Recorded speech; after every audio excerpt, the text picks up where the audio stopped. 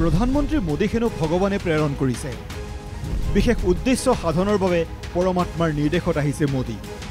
নিজকে ভগৱান বুলি বিবেচনা কৰে মোদীয়ে। কিন্তু ভগৱানে ৰাজনীতি নকৰে, সংঘৰ্ষকো উচতনি নিদিয়ে। তেওঁৰ বাবে এটা মন্দিৰ নিৰ্মাণ কৰা উচিত। মন্দিৰত বহি দেশৰ সকলো সমস্যা সমাধান কৰক মোদীয়ে।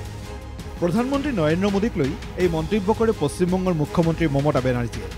অলপতে এটা নিউজ চেনেলৰ সাক্ষাৎকাৰত মোদীয়ে মন্তব্য কৰিছিল যে তেওঁ জৈৱিক সন্তান নহয়, তেওঁক পৰমাত্মাইহে প্ৰেৰণ কৰিছে পৃথিৱীলৈ।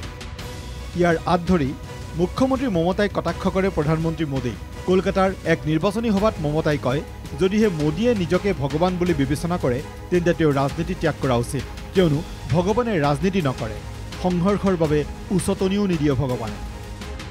মমতাই লগতে কয় যে মোদীৰ বাবে এটা মন্দিৰ নিৰ্মাণ কৰা উচিত। তাত তেওঁক ফুল বেলপাতেৰে পূজা কৰা হ'ব আৰু মন্দিৰত বহিয়েই মোদীয়ে দেশৰ সকলো সমস্যা সমাধান কৰিব। এতই বড় ভক্ত, এতই বড় ভগবানের উপর ভগবান যদি হয়, তা ভগবানের জন্য একটা মন্দির তৈরি করে দিচ্ছি। ভগবান ওখানে গিয়ে থাকুন, ফুল দেব, চন্দন দেব, তুলসী দেব, পরিষ্কার করে দেব, বাতাসা দেব, কদম্ব দেব, ঢোকলা দেব, খিচুড়ি দেব, মাংস দেব, সব কিছু দেব। উল্লেখ্য, বিজেপিৰ নেতা সম্বিত পাত্ৰইও অলপতে মন্তব্য কৰিছিল যে ভগৱান জগন্নাথ মোদীৰ ভক্ত। এই মন্তব্যৰ পিছতে তাৎক্ষণিকভাৱে ভুল স্বীকাৰ সম্বিত পাত্ৰৰ।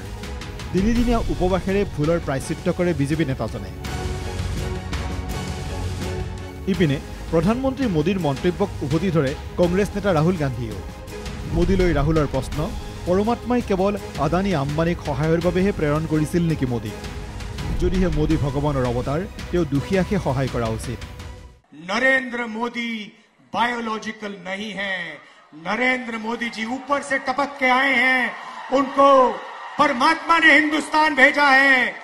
परमात्मा का काम करने के लिए मजे की बात यह है कि परमात्मा ने उनको अदानी जी की मदद करने के लिए भेजा है, मगर परमात्मा ने उन्हें किसान को मदद करने के लिए नहीं भेजा, मजदूर को मदद करने के लिए नहीं भेजा, जाति जनगणना करवाने के लिए नहीं भेजा। ৰাহুলৰ লগতে সমাজবাদী পাৰ্টিৰ নেতা অখিলেশ যাদৱো সৰব হৈ পৰে প্ৰধানমন্ত্ৰী মোদীৰ বিৰুদ্ধে। পহিলা জুনত অনুষ্ঠিত হ'বলগীয়া অন্তিম পৰ্যায়ৰ নিৰ্বাচনৰ বাবে সম্প্ৰতি পশ্চিমবংগত প্ৰচাৰত ব্যস্ত প্ৰধানমন্ত্ৰী মোদীৰ লগতে মুখ্যমন্ত্ৰী মমতা বেনাৰ্জীও। National desk, NK TV।